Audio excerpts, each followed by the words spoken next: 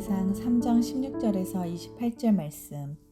그때 창기 두 여자가 왕에게 와서 그 앞에 서며 한 여자는 말하되 내 주여 나와 이 여자가 한 집에서 사는데 내가 그와 함께 집에 있으며 해산하였더니 내가 해산한 지 사흘 만에 이 여자도 해산하고 우리가 함께 있었고 우리 둘 외에는 집에 다른 사람이 없었나이다. 그런데 밤에 저 여자가 그의 아들 위에 누움으로 그의 아들이 죽으니 그가 밤중에 일어나서 이 여종 내가 잠든 사이에 내 아들을 내 곁에서 가져다가 자기의 품에 누이고 자기의 죽은 아들을 내 품에 뉘었나이다. 아침에 내가 내 아들을 젖먹이려고 일어나 본즉 죽었기로 내가 아침에 자세히 보니 내가 낳은 아들이 아니더이다 하매 다른 여자는 이르되 아니라 산 것은 내 아들이요 죽은 것은 내 아들이라 하고 이 여자는 이르되 아니라 죽은 것이 내 아들이요 산 것이 내 아들이라 하며 왕 앞에서 그와 같이 쟁론하는지라. 왕이 이르되 이 여자는 말하기를 산 것은 내 아들이요 죽은 것은 내 아들이라 하고 저 여자는 말하기를 아니라 죽은 것이 내 아들이요 산 것이 내 아들이라 하는도다 하고 또 이르되 칼을 내게로 가져오라 하니 칼을 왕 앞으로 가져온지라. 왕이 이르되 산 아이를 둘로 나누어 반은 이 여자에게 주고 반은 저 여자에게 주라. 그 산 아들의 어머니 되는 여자가 그 아들을 위하여 마음이 불붙는 것 같아서 왕께 아뢰어 청하건대 내 주여 산 아이를 그에게 주시고 아무쪼록 죽이지 마옵소서 하되 다른 여자는 말하기를 내 것도 되게 말고 내 것도 되게 말고 나누게 하라 하는지라. 왕이 대답하여 이르되 산 아이를 저 여자에게 주고 결코 죽이지 말라. 저가 그의 어머니이니라 하매 온 이스라엘이 왕이 심리하여 판결함을 듣고 왕을 두려워하였으니 이는 하나님의 지혜가 그의 속에 있어 판결함을 봄이더라. 아멘.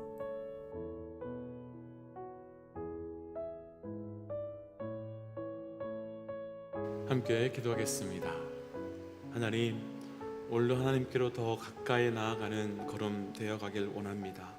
사람과 세상을 향해 나아가는 걸음이 아니라 우리 주 하나님을 향한 걸음 되게 하여 주시고 또 그 걸음을 향해 나아갈 때마다 우리와 더 깊이 있게 동행하여 주옵소서. 이 모든 말씀 예수님 이름으로 기도하였습니다. 아멘. 할렐루야. 우리의 고통과 또 우리의 간구를 들어주시며 그 들어주심을 통해 주의 뜻을 이루어 가주시는 우리 하나님의 이름을 높이 찬양합니다. 오늘 우리가 함께 나눌 말씀의 제목은 우리 주 하나님은 이라고 하는 말씀의 제목으로 우리 하나님은 어떤 하나님이신지에 대한 말씀을 함께 조금 묵상해 보려고 합니다. 오늘 말씀은 신앙생활을 하지 않는 사람들조차도 너무나도 잘 알 정도로 아주 유명한 말씀입니다. 솔로몬의 재판이 등장하고 있지요. 아주 간단하게 이 말씀을 저희가 정리해 본다면 창기 두 여자가 왜 그랬는지는 정확하게 나오지 않지만 그 한 집에 살고 있다가 한 창기가 아이를 낳았고 또 그로부터 사흘 후에 또 다른 창기가 아이를 낳게 됩니다. 그런데 안타깝게도 이 한 여자가 아기 위에 누워 자게 되고 아이가 죽게 되는데 그때 아기가 죽은 여자가 다른 여자의 아기를 데려와서 자기의 아기라고 우기자 진짜 아기 엄마는 억울해하면서 자기 아기를 찾아달라고 요구하는 사건입니다. 사실 오늘날 같으면 금방 DNA 같은 그런 유전자 검사를 통해서 친부모를 찾으면 되겠지만 그런 것이 없던 당시로는 이 문제가 결코 쉬운 문제가 아니었을 것입니다. 그러니까 분명 당시에는 국가 안에 여러 재판의 과정들이 있었을 터인데 그 문제가 아래에서 해결되지 않았으니 지금 이 솔로몬 왕에게까지 올라오게 된 것일 겁니다.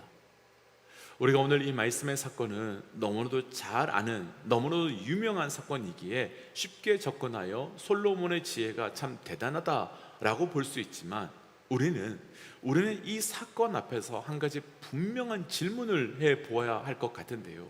그 질문은 왜 솔로몬이 한 일 가운데 이보다 더 솔로몬의 지혜를 증명하고 증거할 만한 많은 사건들이 있었을 터인데 왜 굳이 이런 유치한 사건 같은 것을 기록했을까라고 하는 질문입니다.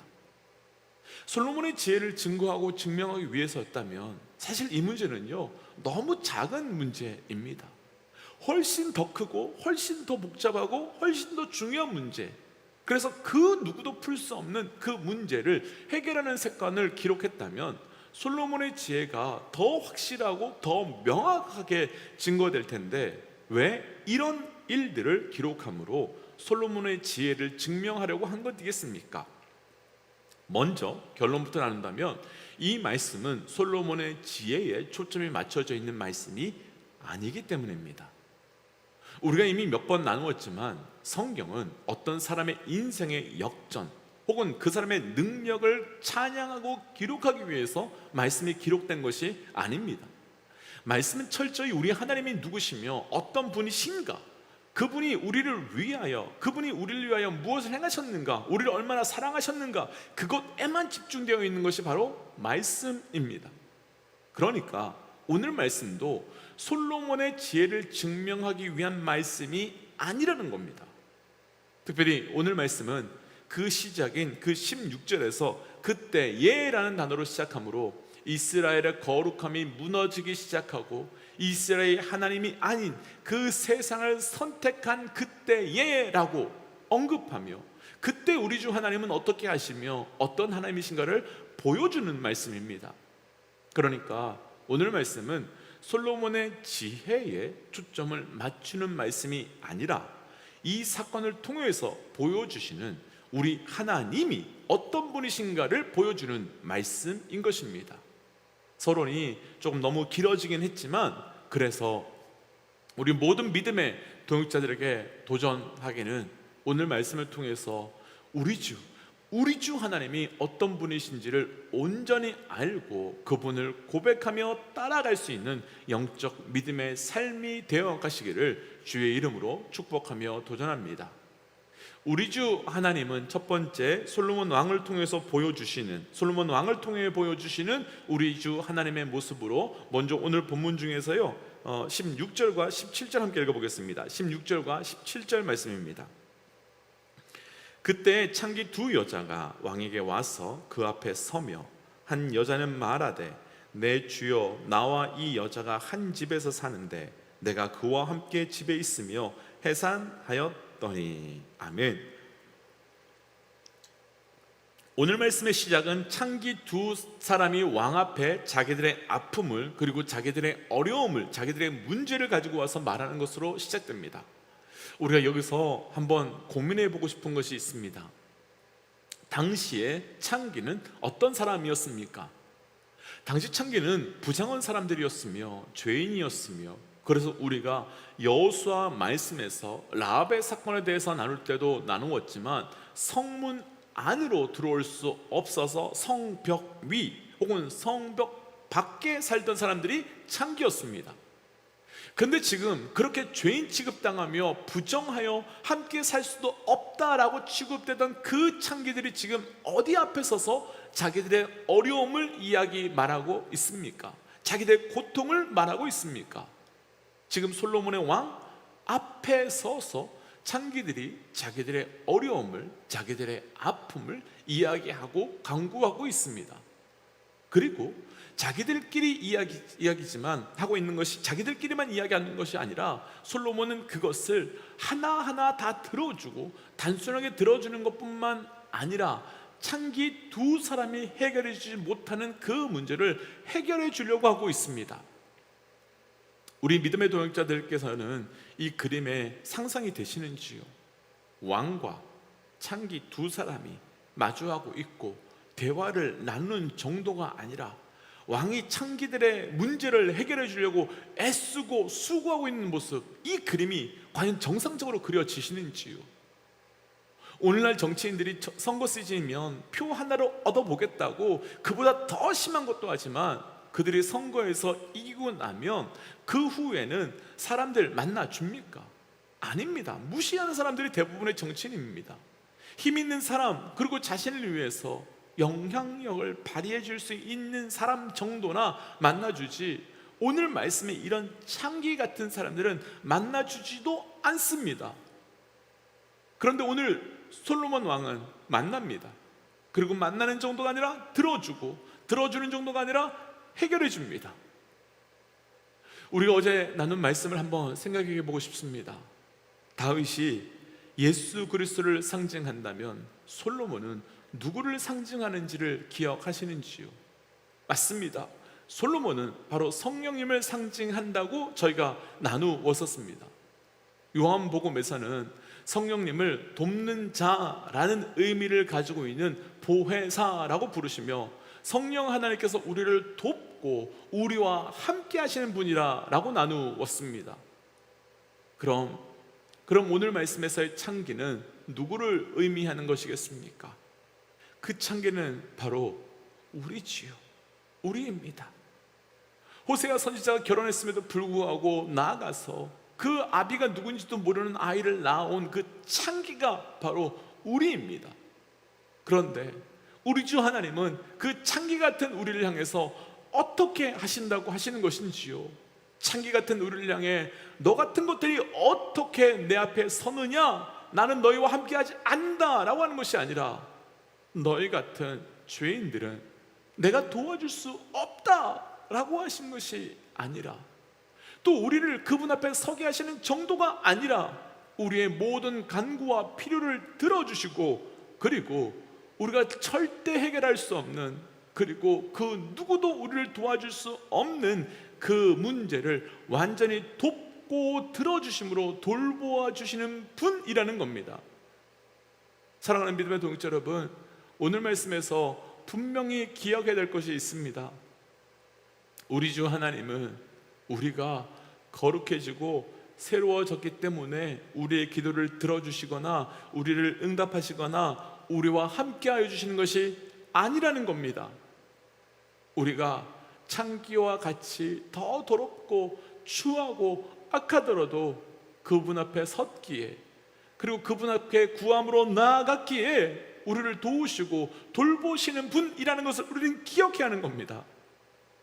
이것을 믿는다면 우리가 언제든지 그분 앞에 나아가시면 되고, 우리가 이것을 믿는다면 언제든지 그분 앞에 설 수 있게 되는 것입니다.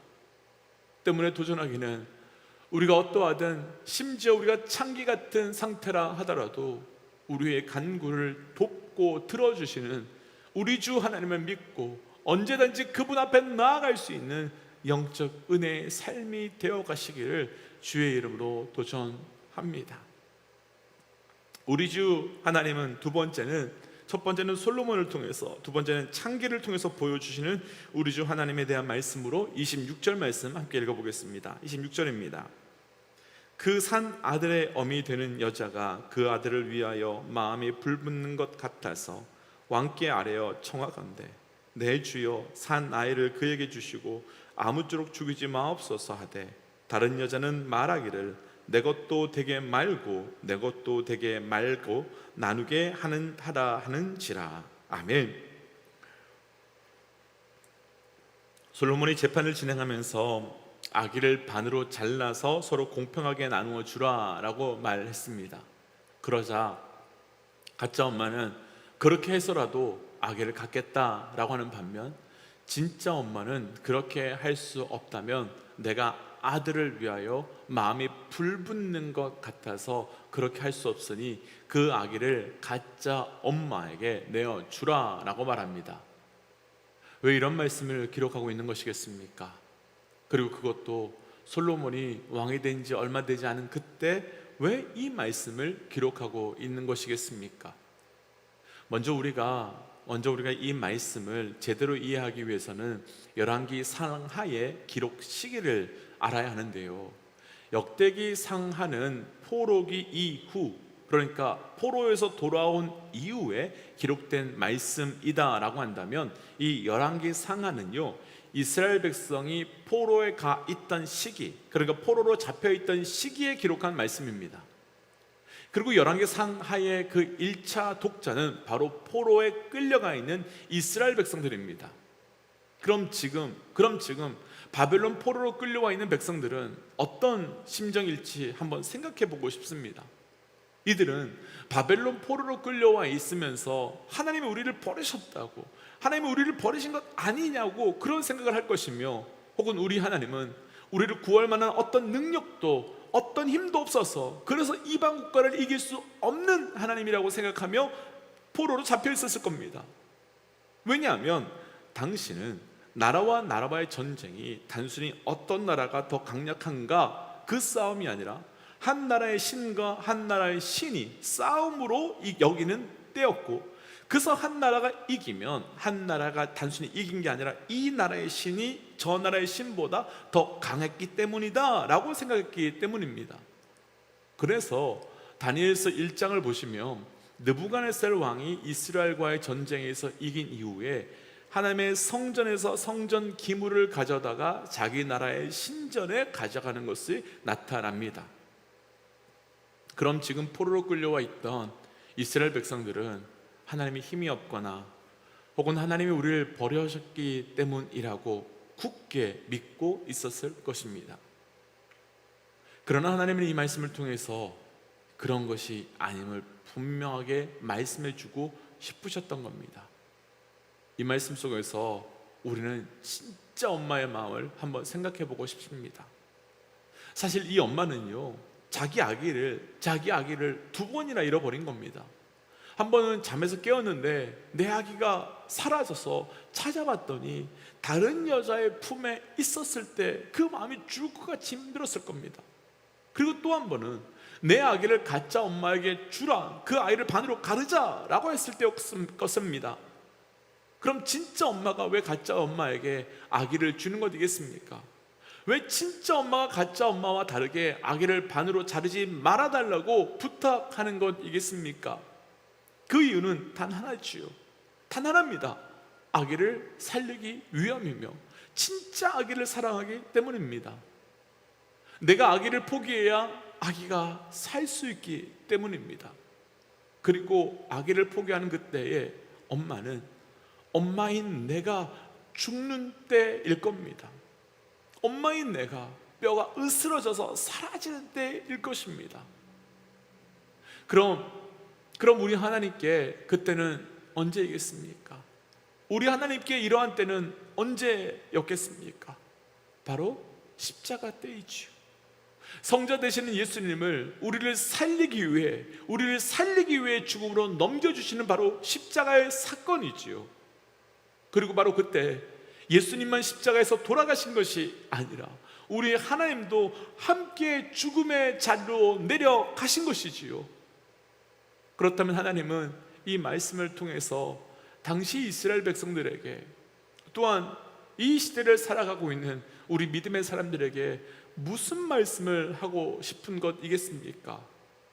우리 주 하나님은 우리를 포기하거나 버리시는 분이 아니라 우리 주 하나님은 우리를 살리시며 회복시키시는 분이라는 것, 그리고 우리를 살리시고 회복시키기 위해서는 하나님 자신을, 곧 우리 주 예수 그리스도를 십자가에 못 박아 죽음에 넘겨주시는 분이라는 것을 말씀해 주시고 계신 것이요. 사랑하는 믿음의 동역자 여러분, 우리 주 하나님은 절대로 우리를 버리시거나 포기하시는 분이 아닙니다.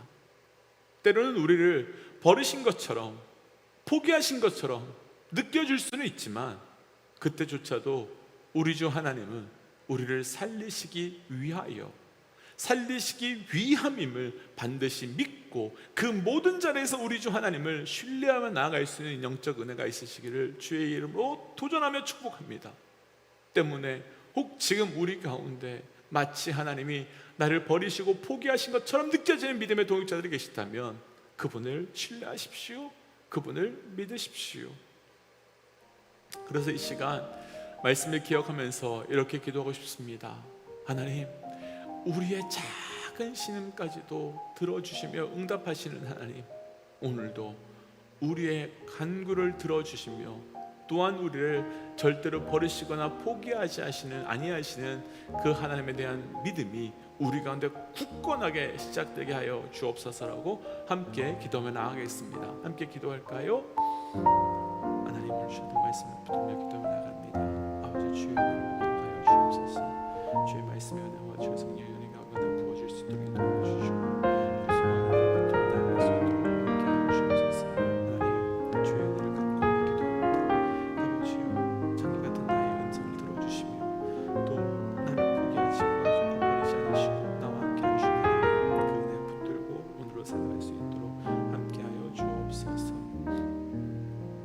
하나님, 창기 같은 나임에도 불구하고 거절하거나 외면하지 않으시고 나의 음성과 나의 간구를 들어주심에 감사합니다.